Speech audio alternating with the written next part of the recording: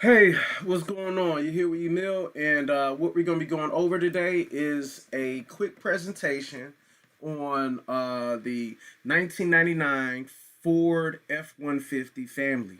We're going to be primarily focused on the 1999.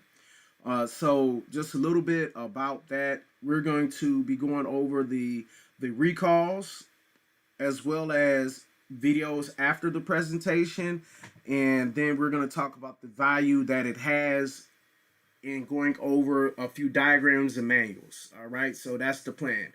So the one that we're going to be focused on is the 4.2 liter V6, which is a part of the 10th generation. This right here is the sweet sweet spot because it's not as many sensors. It's easy to work with, easy to deal with. All right, so the most common codes that are found is the P0171 and the P0174, as well as P1309. Okay, so let's talk about it. The vehicle family, the 10th generation, is 97 to 2003.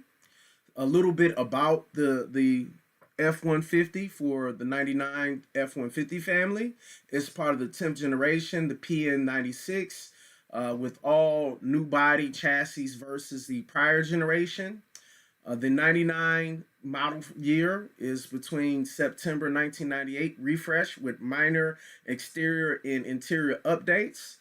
The engine that we're going to be focused on is the 4.2 liter Exis V6 OHV. They also do have two other ones. That would be the Triton V8 4.6 liter and the 5.4 liter. We're not going to be working on that one. We're going to be focused more on the V6. The thing about it, there are a few assembly places where it's been assembled. There's different various kind of cabs. They have the crew cab. They have the regular cab, and that they even have flare types of styles where it flares a little bit. The back of the cab, not the cab, but the bed itself flares. They have a few of those, so they come in different kinds of section sizes. So just a little bit about the 4.2 liter Exis V6. When we talk about the options that they have, it's a 12 valve V6 used across the 10th generation. It's rated at 205 horsepower in 1999, and it varies depending slightly by the source in the trim listing. Okay, the lean codes commonly point to unmetered air, which will be leaning towards a vacuum PCV, the intake leaks, one of those, or a MAF fuel delivery issue. So why is 1999 the sweet spot out of the model family? The OBD2 fuel trim strategy is mature. It uses the STFT and the LTFT to prove lean or sensor bias. The coil pack in plug wires, no distributor, but the cam synchronizer still exists. The Ford specific P1309 points towards cam cranksync and the CMP signal quality. Also, always start with basic vacuum integrity, MAF, accuracy, and fuel pressure. So let's go ahead and talk about what these DTCs really mean. So one DTC, really the P0171 and the P0174 are very similar. They're near the same thing, but it's one being one bank and other being the second bank. So when we talk about the P0171, the PCM had to add too much fuel to hit target AFR, as well as the common trigger being a unmetered air, the MAF underreported, as well as a weak fuel delivery. So the way that we can prove it with fuel trims and O2 behavior. We just don't swap parts out when we talk about this. The P0174, this system right here, again, is too lean. Same logic as the P0171, but opposite bank. When both of these are put together, it is a shared air fuel cause is the first thing you need to go with. If it's a single bank lean, can be localized leak or injector issue.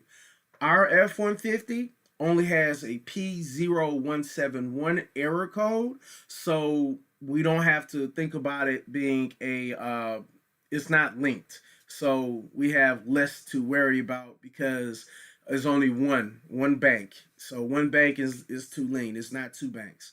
It's not bank 1 and 2. The next thing that we need to look at is the P1309, which we do have.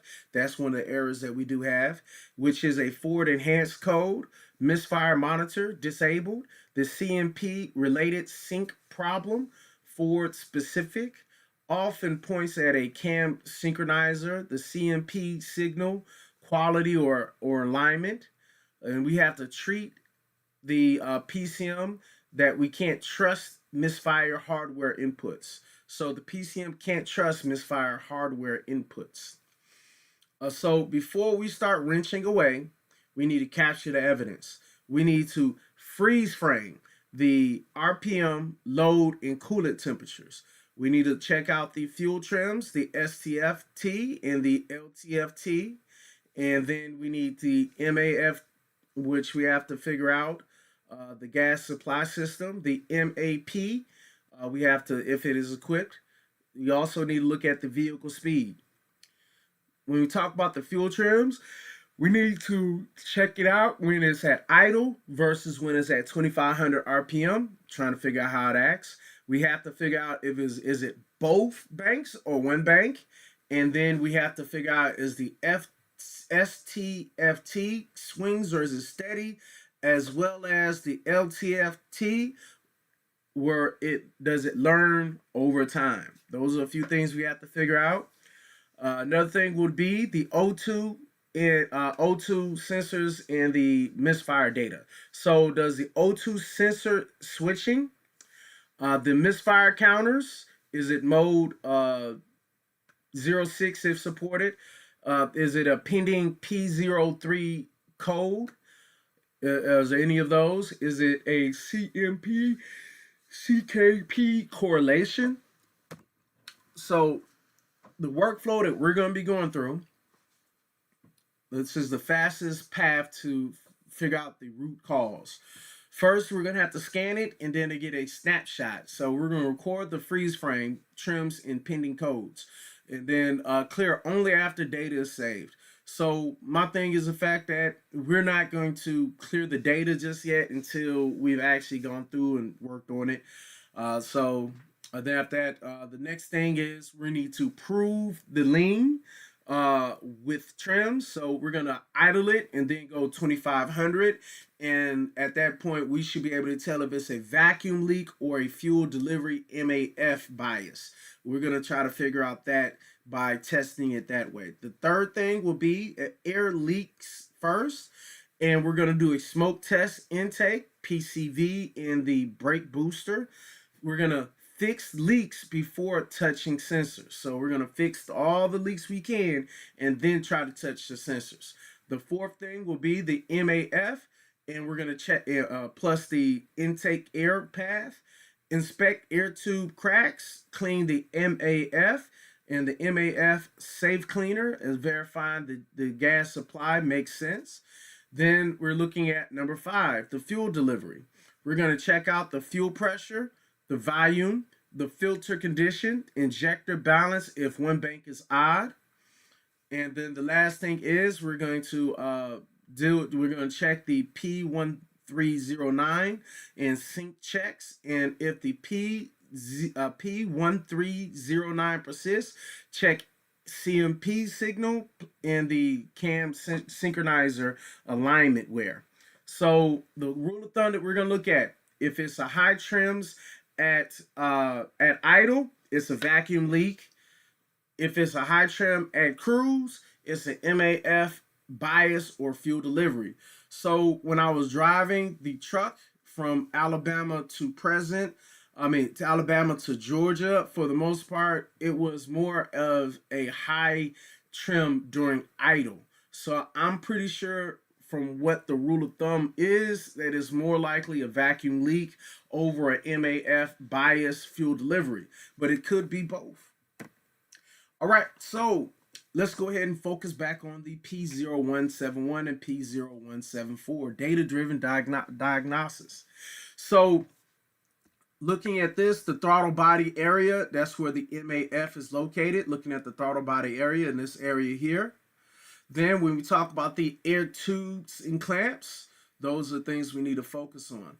So when we interpret fuel trims like a map, that's what we need to do. We need to interpret fuel trims like a map. The pattern we see, the LTFT high at idle, it improves at 2,500 RPMs. We know it's most likely a direction.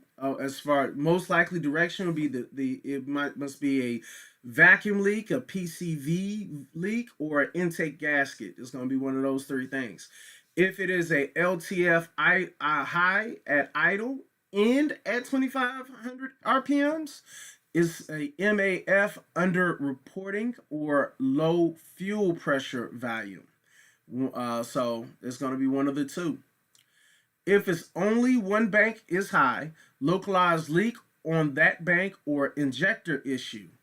The STFT swings hard. That means it's and the O2 sensor is slow. It's a exhaust leak ahead of the O2 or tired O2 sensor. So the minimum test in this order, we're going to do a smoke test intake and PCV lines. We're going to do a smoke test and all that. Then we're going to inspect air tube for cracks after the MAF. Then we're going to do a clean MAF with MAF safe cleaner and retest trims.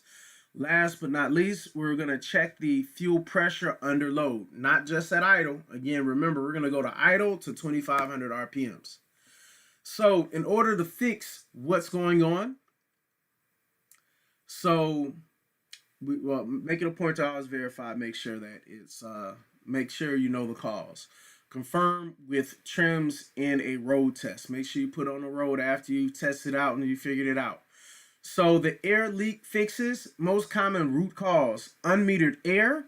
We're going to have to replace the split vacuum hoses, the elbows, especially the PCV related. I've already got one of the elbows. Everything else I've not ordered. We do have some spark plugs and the spark plug coils, though we do have some replacements. So those are the things that we have on hand. We're going to inspect and reseal intake manifold gasket if smoke test confirms. We're going to check brake booster hose and check valve for leaks. Then inspect exhaust leaks ahead of airstream O2. It can bias lean.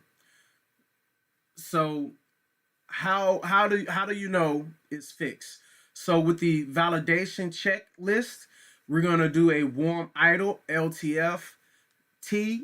Each bank typically within a plus or minus 10%. Closer to zero is better. At steady 45 to 60 miles per hour, LTF-T stays stable. No runaway positive trims. No pinning codes after 2 or 3 drive cycles. The O2 sensor switch normally in don't peg lean. So again, it's doing that road test that we need to do. We need to do a road test, not just do it where you're sitting down and you're going from 0 to 2,500 RPMs in park. You're gonna have to get on the road after you have tried to fix whatever you believe is the issue. So the next thing we're going to talk about is the fuel MAF fixes. If trims are high at idle at cruise, clean MAF with MAF mass airflow safe cleaner. Verify readings increase smoothly with RPM. Inspect air filter, air box sealing, no bypass air. Verify fuel pressure and volume under load. Replace restricted filter if applicable. If one bank remains high, injector balance test. Swap injectors to confirm. Also, only replace O2 sensors after proving they're biased or slow. So let's talk about the P1309. This is a misfire monitor that is being disabled. That's usually what it means. So why the PCM sets P1309? The PCM is the computer brain. It kind of tells the vehicle how to run. So it's a computer car brain.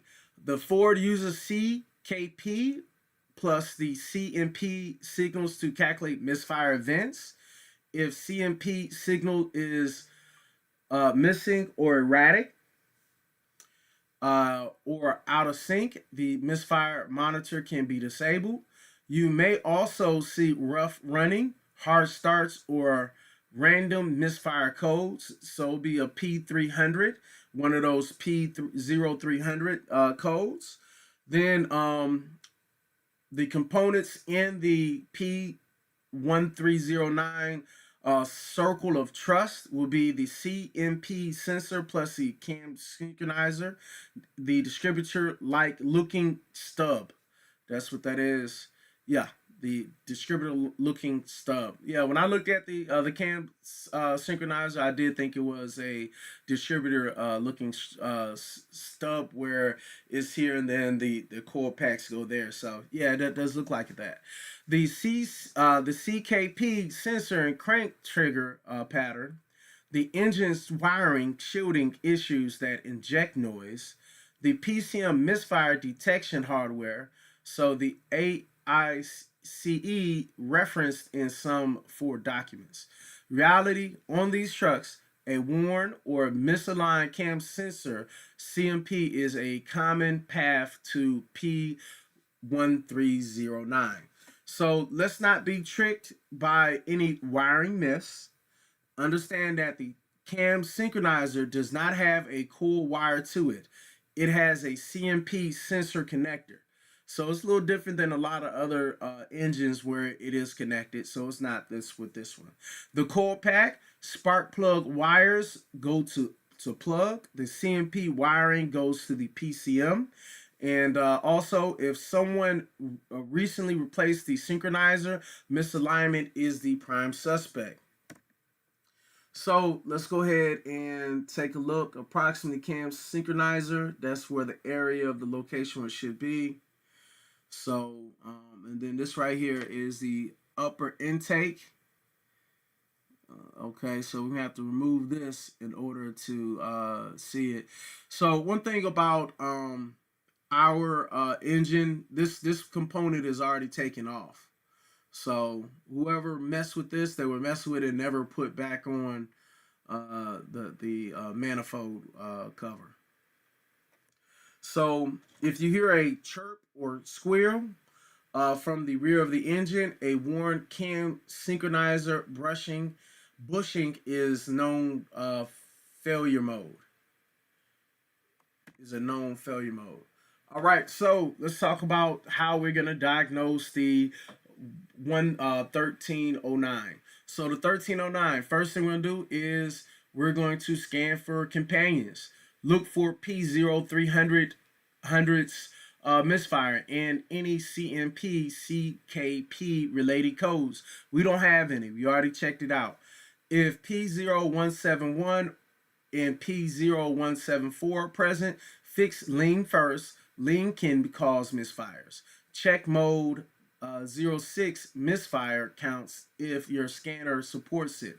So one thing we have to say, we're first going to have to take care of the P0171 before we worried about the P1309, because if we take care of the P0171 and there's no more codes, for the most part, we know that is fixed. The next step will be step 2, which be a visual and wiring sanity check, where we're going to check the CMP connectors fully seated, no oil intrusions or broken lock tabs.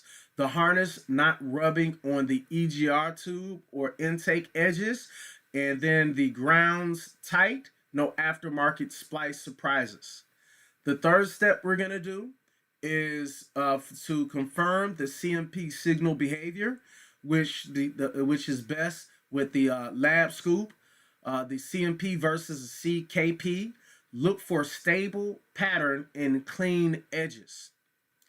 So if we know it's good, graphing multimeter to see switching, Hall sensor style. So that's basically, if you have a multimeter, the Hall sensor style. I've done it before. It's kind of hard for me to explain it for the most part. Where I know that you take a probe, and you kind of diagnose certain parts, and depending on if it reads or not, you got you got to really check into it and see if the voltage drops and things of that nature. So let's talk about the bad. Drop outs, noise, suspect sensor or synchronizer bushing play. Step 4, synchronizer alignment or wear. If recently replaced, verify installed at 1 TDC on compression strokes. I think that's, what's that? TDC, top dead center, I believe. This top dead center. Any rotational slope, chirp, or wobble, that means we need to replace the synchronizer assembly. Use the proper alignment tool for your engine family. So just a little safety tip: keep hands, tools clear of belts, fans. Disconnect battery when unplugging PCM connectors. So again, it's saying disconnect battery when unplugging PCM connectors. Okay, so the P1309 repair plan. Okay, it's going to be the cam synchronizer, the CMP. The correct alignment and clean signal. All right, that's what we're gonna do. All right. So when we replace, when replacement is justified, chirp or squeal from rear of engine, bushing wear. CMP signals dropouts, noise confirmed with scope graph. P1309 returns quickly after clearing and wiring is verified. Physical wobble or metal debris on synchronizer gear. Installation essentials. This is high level. Set 1 cylinder to top dead center on compression stroke. Follow service procedure. Use the alignment tool for your engine. Don't eyeball it. Do not rotate engine after tool is removed unless procedure allows. Clear codes, run verification drive, recheck for pending codes. Common mistakes that cause repeat P1309: installing one tooth off or aligning on exhaust stroke. Buying a low quality synchronizer with a loose magnet, poor sensor. Forgetting to verify wiring shielding grounds. Fixing 1309 without addressing lean misfire conditions first. And not validating with a proper drive cycle readiness check. So pro tip: if you replace the synchronizer, consider replacing the CMP sensor at the same time unless it's known good. Then watch fuel trims. Lean codes can masquerade as misfire problems. So after repairs, verify the fix so the light stays off. So we're going to clean scan report. So not just it runs better. That's not what we're looking for. We're looking for a clean code where there's no codes on there. P0171 and P0174. Warm engine fully. Coolant at operating temp. Idle trims should not be stuck high positive. Steady cruise trims, stable and typically closer to 0 than before. No lean related pending codes after mixed driving. Then we talk about P1309. We're going to clear the codes after repair. Confirm no immediate return on key cycle, short drive. Check for misfire counts, mode 06, and smooth idle. Completed verification drive cycle varies by model year and strategy. All right. So order of operations. So when we talk about the P0171, the bank one lien, so it's the save freeze frame. Check again. So again, we're gonna check the freeze frame. We're gonna check the trims at idle in versus at 2,500 RPM. So what you're gonna do? You're gonna be parked, and all you're gonna do is idle it. Then you're gonna hit the gas to 2,500 RPMs and try to see how it sounds and acts. Then we're gonna do a smoke test intake on the vacuum to see if it's vacuumed or not. So you're gonna need a smoke tester in order to do this one. We're going to inspect the air tube and the mass airflow, the MAF. We're then going to check the fuel pressure under load, verify repairs with trims. And then when we talk about the P0174, the bank two lane, it's the same as the P0171. Often they're both paired with each other. So oftentimes when one is acting up, the other is acting up. If only one bank, search localized leak. We only have one code. We don't have both. So it's going to be something that's most likely going to be localized leak. It's not going to be the fuel system. It's not going to be the whole system. It's going to be just a one part of the system. The exhaust leak, okay, my bad. I skipped ahead. Injector balance swap test if needed. Exhaust leak ahead of O2 sensor. Confirm with trims and no pending codes. The last one we're going to be looking at is the P1309 misfire monitor. We're going to check for P0300 codes. We're going to verify the CMP connector and wiring. Then we're going to scope graph the CMP versus the CKP, as well as inspect the synchronizer for player noise. We're going to then look at the line. We're going to align with proper tool and then verification drive cycle. Remember, I believe we're going to align it top dead center. I believe that's one thing that's really that's needed. So let's go ahead and dive into the common codes. So we're looking at RepairPal. Okay, so with RepairPal, there are 7 recalls that may affect the 1999 F150.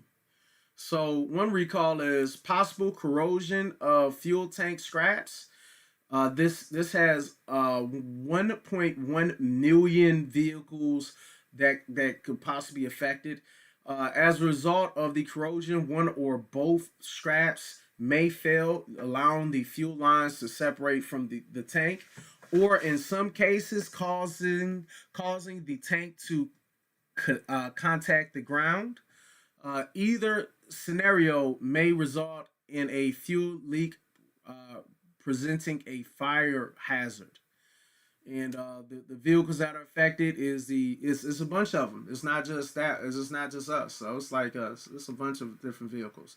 So the next one would be this right here, navigator recall. That's not something we should worry about. Okay, Ford recalls 1999 F-150 trucks for a misprint on the certification label regarding tire ratings, and only 393 units were affected. If the tires are inflated to the pressure indicated on the label, the customer will experience a harsher ride. And so it's less than 400 units, so that's really not a lot. So Ford recalls 1998 to 2000 compressed natural gas vehicles due to incomplete tank label. So 4,500 units were affected up to. These vehicles do not comply with the requirements. Ford recalls 1999 F-150 trucks for improper certification labels up to around 32,000 units. If incorrect tire information is given, underrated tires could be placed on the truck, causing excessive tire wear or, in extreme cases, possible tire blowout. So it's still leaning towards that tire issue with the labeling. The Ford recalls. So now we're on 1999 F-150 and F-250 trucks for possible fuel leak at the fuel pressure regulator. 1,700 units were recalled for this one. If an ignition source is present, a fire could result.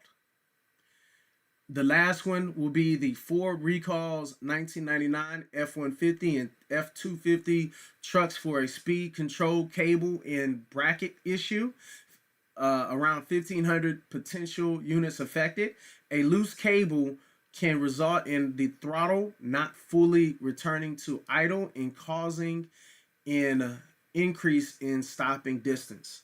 So what we're going to do now that we went through the recalls and we've checked out, the ways to diagnose, to fix, and to verify the codes are cleared, we're now going to be watching a few videos of other people dealing with their issues. So that's what we got going on. All right, so let's get into it. Alright, what's up everybody? Today, we're going to be seeing how much it costs to really fill up my F-150. This is going to be from completely E. Like, if you can see the gas gauge right now, you would see this is on E, and we're still running. I have no clue how. This is by the grace of God. Alright, so as of right now, we're at $10 for 4 gallons, and it's still trucking. I don't think this thing plans on stopping anytime soon. So, yeah. Alright, so I had to speak to somebody, but we're at $50 a gallon. I think it's like 30 gallons. We're at $50 for 20 gallons. It's not stopping. Let's see what we get.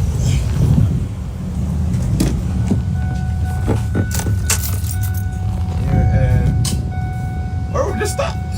Okay. It costs $53.78 for the complete. Like 22 gallons. That's not too bad.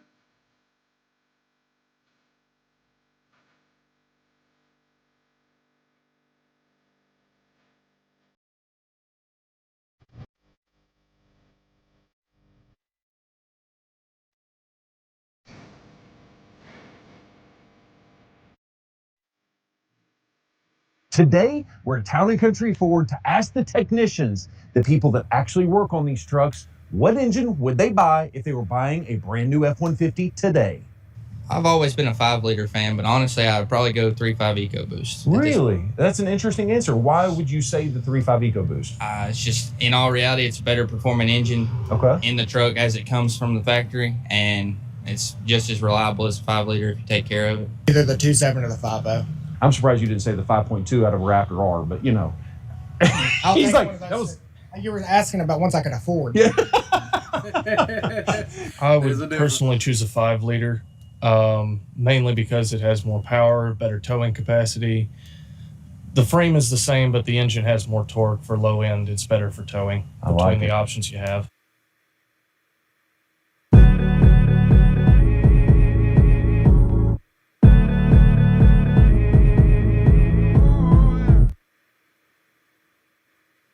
I dare you to let me build you a completely free e-commerce store. Hey there, viewers. I know you all saw in the back of the prison video this old Ford 10th generation F-150 sitting here. 11th gen, I don't know. We'll put it up here. I'm not a Ford guy. This is the last of the real trucks. And I wanted to talk about society for a minute because filming the Chevrolet prison video got me a little fired up, and it reminded me about this truck sitting back here. This is my hoarder row. I have a bunch of cars and trucks and SUVs that I don't need, that I paid probably too much money for back here because I just refuse to let them get crushed. I just like them too much. But I wanted to talk about this truck because this is the last generation. These early thousands, late 90s trucks, all of them, not just Ford, were the last real trucks. Since about, I would say, the last of the original Silverado, the Cat Eye, died in 06, 07 Classic. And then they went to active fuel management and all the stupid DOD lifters and crap that don't work worth a damn. This is the last generation of truck. And I want to talk about what happened as a change that has ruined trucks. I blame suburbia. Here's why. This was meant to go to work. You have a 6.5 foot bed. Truck. You could get an 8 foot bed, which is amazing because you can't even get those on a lot of trucks now. You have a regular cab because you weren't carrying the damn kids. You were carrying yourself, maybe a toolbox, and you were going to work. You weren't going to the grocery store. That's why there's no grocery space. You were going to work. And then when you went home, you would take your car, one of those, you could take that to the grocery store. Or your spouse took it to the grocery store. Or whatever you want to do. This was for work. These were the last trucks that were for work. Now, in this generation, they started experimenting and figuring out what happened. I challenge you, look around your area. I just walked right through a horrible spider web. Maybe I should look around my area. How many regular cab, full-size bed trucks do you see? None. Maybe one. It's probably me. You don't see them anymore. And everybody claims they like them and they claim they use them and they don't. What sells is the crew cabs because they're using it as a car. And that aggravates the hell out of me because it just raised the prices of all these trucks way out of reach because they're using it as a car, they're using it as a family vehicle, they're using it to go to work. A commuting vehicle, an F-150, that's your commuter. That's your commuter vehicle. That's how fragile your masculinity is. I have to own a truck because one time a year I haul the Christmas tree. You can put that on the roof of a Corolla. You know that? You can. We've done it. Check out our $800 car challenge. Look, we moved a whole dorm room in a Corolla. You can move stuff with a Corolla. These are for work. And the problem is people who are buying these trucks now don't use them for work. They're buying them as family vehicles. They're buying them as friggin' cosplaying as a blue-collar worker. And it means the blue-collar workers aren't buying them anymore because they can't afford them because all you middle-class suburbia pains in the butt have ruined it for everyone else. Let's talk about that. It used to be no keys in, by the way. Look at this. Manual windows. I had a customer the other day. His son, who was a teenager, thought it was stupid that it was called roll the window down when you just press the window down. That really set me off. He had never seen the window rolly before. That's how far displaced we are, that this teenager who was of driving age had never seen the rolly windows. I don't understand that. It's really depressing. All the blue-collar people I know who are looking into work trucks can afford this one because it's a stick shift. But if you want an automatic, you're competing with the cosplayers and not with the real workers, and you can't get them because their prices are priced right out. So if you're a blue-collar worker and you need a truck, and you don't want a stick shift because you drive in traffic or you tow something or whatever, you don't want to deal with a stick shift. I understand that. I used to make fun of those people. Real men have 3 pedals. Nope. I'm older now. I want air conditioning. I want an automatic. But I still work, so I need the whole bed. Maybe I'll understand it one day with the short beds in the crew cabs, but I don't right now. I have to have a full-size bed because I use it. But if you're in the blue-collar work and you need a vehicle and you can't afford trucks because all the cosplayers in your area have ruined it, here's a list of vehicles that might help you out. Dodge Grand Caravan. The minivans that belonged in middle-class America in the suburbs, nobody's buying those anymore. A 3/4-ton diesel truck is the new minivan these days. So because that's what they're buying, the minivans, especially the old ones, are becoming really cheap. And you have cargo capacity if you remove all the rear seats. Just take them all out. That's going to be a great vehicle for you. It's cheap to buy, it's cheap to insure, it's cheap on gas. A lot of them only have 6-cylinder engines. It's going to be really affordable to take care of. Look at these ads. You can find them everywhere. They're great. Also, SUVs that nobody wants. The 2-wheel drive variant of a Mitsubishi Montero and Isuzu Rodeo. Those SUVs aren't selling super high, especially the 90s into the 2000s ones. They're pretty good. You get a Montero Sport with a 3.0, that's the same 3.0 that was used in the Toyota 4Runner of the 2nd gen. It's a pretty good setup. They're forgotten. the minivans, the SUVs. That's what we're going to have to be using because the trucks have been priced right out, or they're not really an ideal situation anymore because you can't take customer phone calls while you're driving. A lot of states you can't even talk on the phone. You got to have one of these, but you get the point. It's sad what's happened to the truck. It used to be a symbol of blue-collar America. You had your truck, you did your work with it, you were really prideful of it. Every time I see a truck that's lifted up with underglow, it reminds me of the kid showing how fast his new shoes can make him run because they light up. That, and they put the squat on it where it looks like a dog dragging its butt across the carpet. Hate the way it's changed. I like the old ways. There's a couple of suggestions and some thoughts on the societal changes of pickup trucks over the years. I love these generations of trucks. You've seen our green one in our cheap truck towing challenge if you want to see how these tow. We've done a 10th generation review talking about these. I called it an OBS Ford. That triggered a lot of people, but this is the old body style Ford now, so just barely newer than OBS Ford then, if that'll satisfy you. I did a review on one of these talking about the 4.6. This one happens to be a V6, it's a 4.2, but I just didn't want to let this pass me by when it was on my mind. I hope you enjoyed this video and some thoughts on the society around pickup trucks. Be sure to like and subscribe, and we'll see you next time on Grumpy Monkey Garage. Maybe I'll rant about Jeeps and how they don't go off-road anymore. That'll be a good video.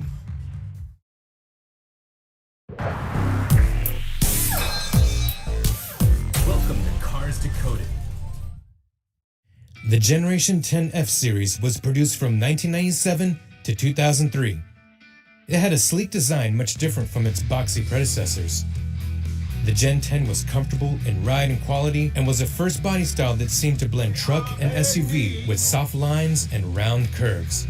And if you were born with a lead foot, Ford also offered a supercharged F150 and Harley-Davidson trim if you're into leather vests, chaps, and that sort of stuff. And if that didn't get your blood flowing, Ford offered the F-150 in the oh-so-exciting Lightning trim that featured a supercharged 5.4-liter V8 that produced 380 horsepower and 440 foot-pounds of torque, making it the fastest production truck of the time. Now let's decode some common issues with the 10th generation F-150. Ford had problems with spark plugs and improper torque specs straight from the factory.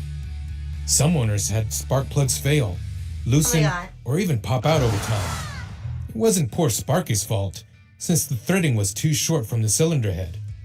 Have your spark plugs checked out or replaced, and make sure that they're torqued to spec.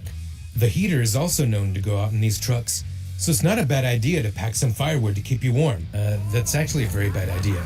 Don't do that. Be aware of noisy rear ends in the 10th Gen F-150.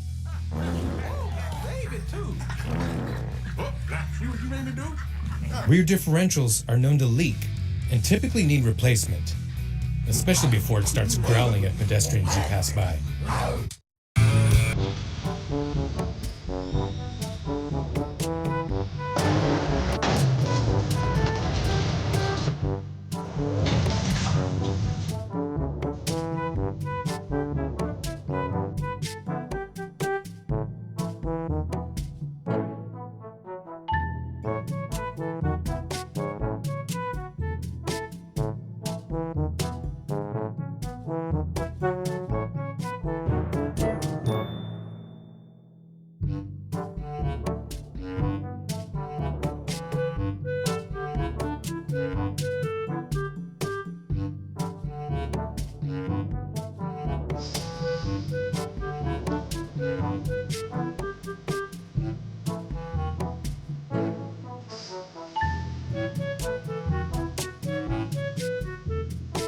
Don't forget to like and subscribe, and comment below the next car you'd like us to decode.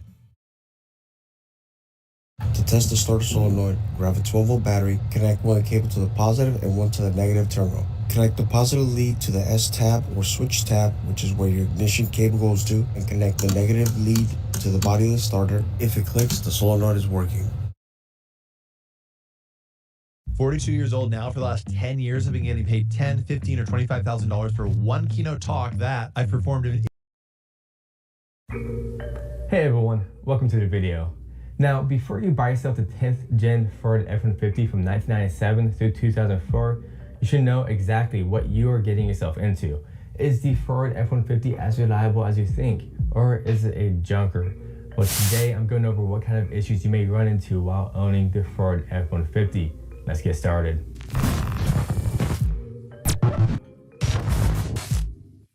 In the event of a head-on collision, the cab will most likely crush and quite possibly kill you. In regards to safety, this is not the best, but it's also not the worst. There are much worse cars out there. The 2-valve modular engines are insanely reliable and is arguably the equivalent to the Chevy's LS1. Basically, this is the LS1 for Ford. But the spark plugs tend to blow out the motor. There are 2 reasons this can happen. The heads have few too little threads to grip the spark plug, and the spark plug isn't torqued to the correct spec. To remove the pop spark plug, you may need an extractor tool, and if the threads are not usable anymore, you may need to rethread the hole or insert a helicoil, which are both tricky jobs. So be sure to replace your spark plugs religiously and look up proper videos on the procedure.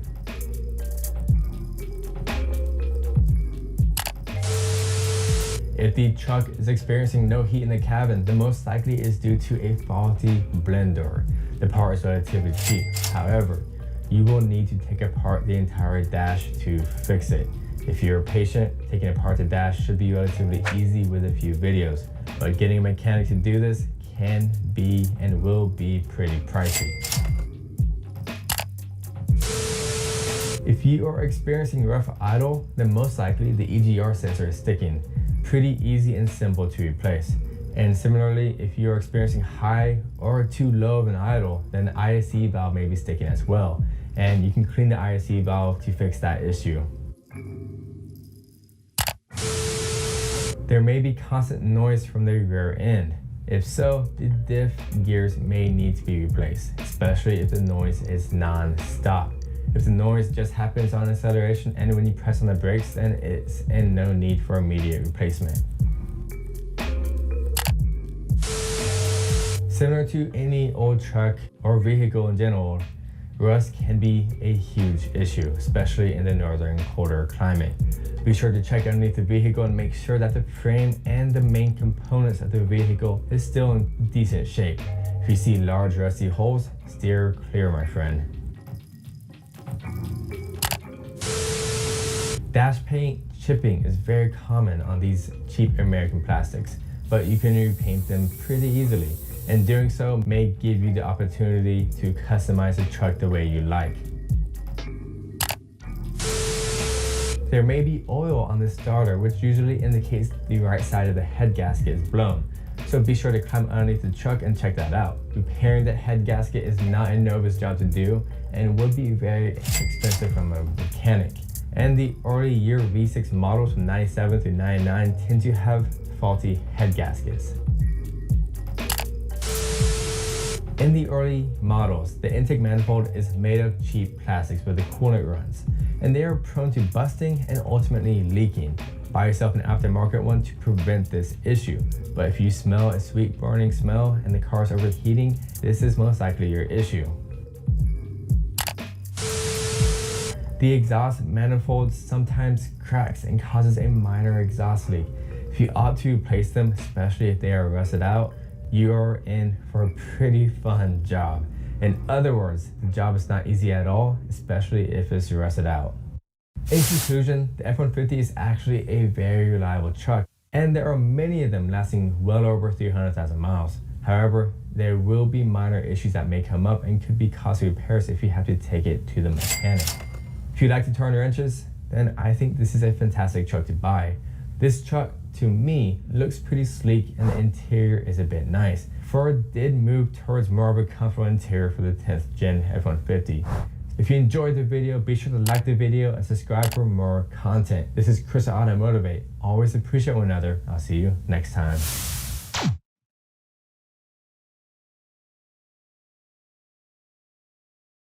We have got to the point where literally anybody can build a fully working app without knowing how to code.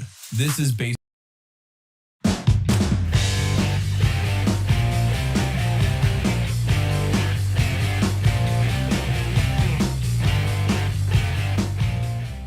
Okay friends, to start this job, we first want to talk about safety. You want hand and eye protection. Once you have both of those, we're going to continue on by removing our negative battery terminal from the battery. Set that aside so it can't make contact. Now we're gonna get under the vehicle. Underneath the passenger side of the vehicle, looking at the starter, you're gonna be able to see you have a stud with a nut with a wire going to it, and then a smaller stud with a nut with a smaller wire going to it. We need to get both those wires off of there first. There's that nut, get that wire off of there. Get this wire off of here. There we are. Moving along, we're gonna go ahead and get the ground wire off of the bottom of the starter here. Nut off of there. Now let's go ahead and get the wire off the stud. Get this stud off of here. There it is. The top bolt out, you're probably gonna need a short extension with a swivel, and then we should be able to get to it. All right. Let's carefully get our starter out of here. There it is, friends. Now it's gonna be time to get our nice new starter up in here. Carefully slide it up and over here. We'll put it in, and then we're gonna start in both of our bolts. Now that we have them both started, we'll snug them both down, and then we're gonna torque them to 18 foot-pounds. Okay, 18 foot-pounds. This part's gonna be super important. You're gonna make sure you wanna clean up your cables. This is gonna be the area that's gonna connect to the terminals on the starter. If it's corroded in any way, it's gonna cause restriction and even make it so there's no voltage going to the starter. Clean up both sides of every wire that you removed. Now that we have all our wires hooked up, let's go ahead and reconnect our ground first. Let's put that right over the stud. We're gonna go ahead and put the nut on here. We're gonna snug it up, and then we're gonna torque it to 15 foot-pounds. There we are. Now let's get our wires on there. I'm gonna start with the larger wire. Oops. Put it right on here like that. And then of course, we'll put our locking washer and then our nut. So I got that snugged. You actually wanna torque this, if you could get a torque wrench in there, to 9 foot-pounds. And the little one right here, once we get this on there, you torque that to 53 inch-pounds. All right, that's nice and tight. Now let's just double check our wiring to make sure it's not hanging down so it can get caught on anything. This looks great. Let's reconnect our negative battery terminal and make sure it's nice and tight.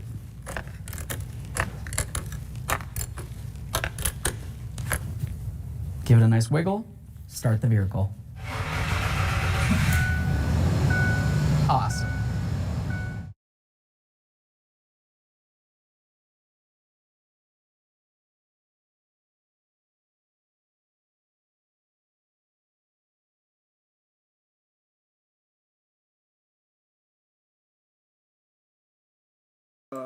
One thing about it, whenever you're dealing with those vehicles and you about to mess around and do anything with the power, you always take off that negative, bare minimum. You might not take off that positive, but you take off that negative. Yep.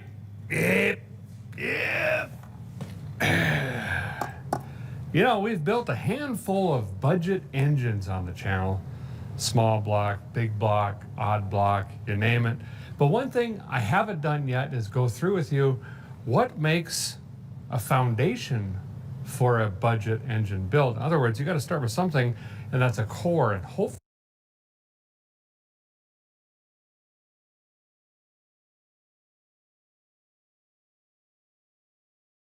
So let's go ahead and what we're going to do is look at different trucks and their value and see what's going on with those. Because often what happens is, regardless on how much money you put in something, it doesn't matter if it's not selling at a certain price you want. So you can put $20,000 in a truck that's only worth $5,000, and you might get $7,000 with a little extra increase, but you're not gonna get the $20,000 you put into it. So that's all we're gonna do. We're gonna just look at the the years, the 97 through 2003. This is Edmunds.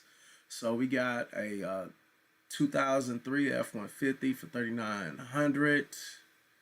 Look at a couple pictures. It's not bad. Aftermarket. Yeah, let's see the aftermarket lights. Nice tires, rims. Yeah, tires and rims look good. Yeah. Inside look decent. Oh, oh, got a little wear on the seats.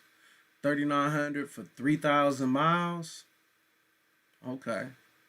So we have a 1999 for $5,000 with 127,000 miles. Look like the got some overheating issues that happened at one point. Okay, a little crew. Yeah, some overheating that happened. I don't like that color. It's like pull me over. So 2003, again, we're checking out the family. So 230,000 miles. That's what we're working with right here. 2003. And again, it's a crew cab. It has something in the back. It looks like it got a little bed cover too. I'm not sure if that's a, yeah, the bed is small. So it's a 5'5" bed. So it's not a long bed really. I always feel like if you can get a the long beds, 8 feet. And I just say that because like you get that long bed, you be able to put a whole pool table back there. But if you get that short bed, you're not gonna be able to put a pool table back there or anything really that big back there. But $5,000 for 2003. Okay, 230,000 miles. All right, let's look at the next one. A 97. I like the color. I love the color. In fact, that light baby blue color. $6,000. So it's been ran through, and I say it's been ran through because it has 4 owners. So that lets you know that it had a few owners. I like the bed lining.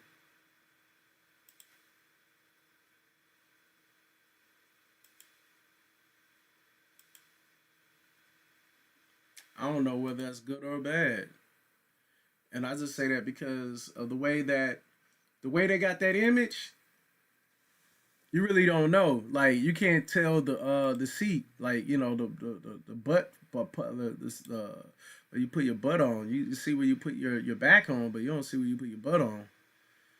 Inside, it looked like the dashboard. Oh, this is a manual. Okay.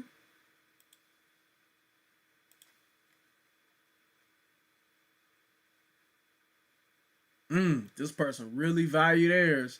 So, but the thing is, it's only 87,000 miles, and it's going for basically $9,000. It's a 2003, and this is a darker blue, and it's a crew cab, Super Crew, Lariat Super Crew.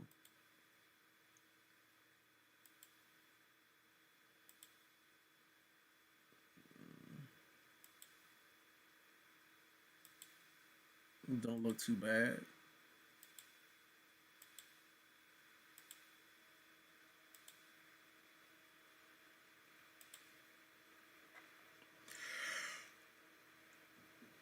Oh man, they tripping. So this is a 2003. This person has it for $20,000 and $20,000 for 2003.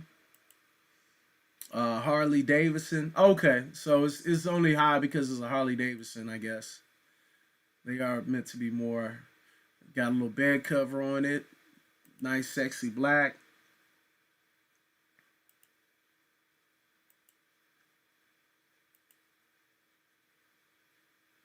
Okay. Inside is sexy. I wouldn't spend that much for no 2003 like that. It gotta be a dually for me to even think about it. But it's really for people who like that Harley Davidson. Got another one. So, oh, this is 8 owners. This is ran through.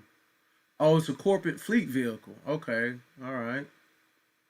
22,000 miles. So it's more gray. Inside looks real good. Yeah. It's kind of like what old buddy was saying. He was just saying like got a little bed cover. He was just saying like because we try to run this like it's a sedan or something. That's one reason why the prices be so high. It's not this right here. It don't look like it's ready to work. That ain't no work truck right there. Then we got another one, 2002 Ford F-150, 105,000 miles, $22,000. All right. It's like a smoky black. The bed liner looks good.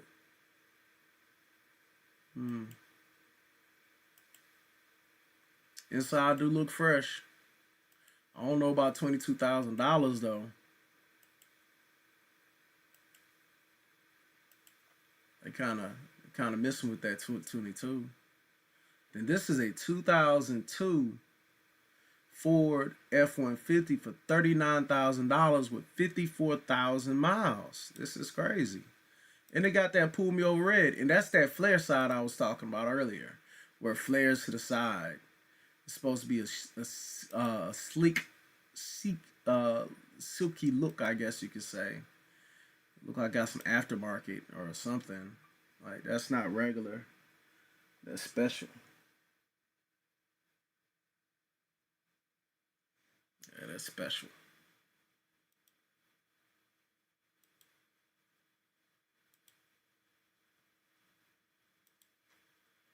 Yeah, pull me over. Pull me over red, baby. I don't even want to look at that truck too much. Start looking at it, I probably don't want it after a while. This one has no price. Yeah, if it don't got no price, we don't need to look at it. But yeah, so those are all those. So let's go ahead and check out. Okay, so this is okay, we already looked at this one. So just looking at what we can expect after we fix up this F-150. All right. So looking at it, if we build it up and put it where it needs to be, and mind you, we already we basically have 225,000 miles on it. It's a work 2-door regular cab long bed 4.2 liter 6-cylinder naturally aspired 5M. All right. So selling this to a individual, we can expect to get $2,000 to $3,300. So that doesn't sound too bad, honestly. If we were looking to trade this in, the most we probably would get would be somewhere between $800 to about $1,500, $1,100. But doing it this way, we can expect to get about $2,500 to $3,000. That's what it looks like. So considering we bought this truck for $500, for the most part, it has a lot of upside. So at most, do not want to spend over $500. And then if we can keep under that $500 mark, that means that the total investment will be $1,000, and at that point we can make $1,500 off this move. So this doesn't sound like a bad investment that we took part of, but yeah. So this is what we're gonna do. Well, like everyone to really understand is if you really want to maximize your F-150, it's good to buy some manuals in order to understand what to be looking at. All right, so one a manual that people normally go for is this Heinz. Heinz is a manual that people really get that's really good. So this is not saying the right year, but at the same time, if you look for a Heinz and make sure it says the year that we're looking for. Remember, the ones we're looking at is, hold on. Yeah, the one we're looking for when you talk about the Heinz is 97 through 2003. Let's look that up.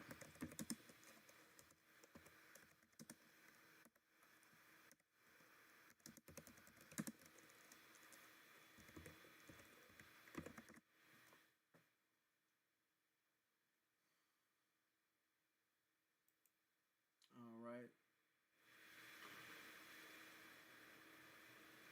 So see this right here. This is what we're looking for here. So it'd be like $22 for pickups and expeditions. They really have the same engine. So yeah, it's not just that.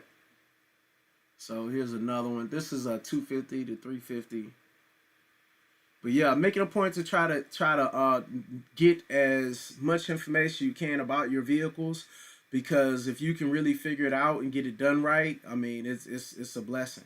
But yeah, we're gonna go ahead and cut this, and I really appreciate y'all for just learning a little bit with me, because what's gonna happen is that truck you see, the white truck that you see to the right of me to the left of me, we're gonna be fixing that. And right now, again, it has two different codes. It has a P0171. It has a P1309. Those are the two codes it has.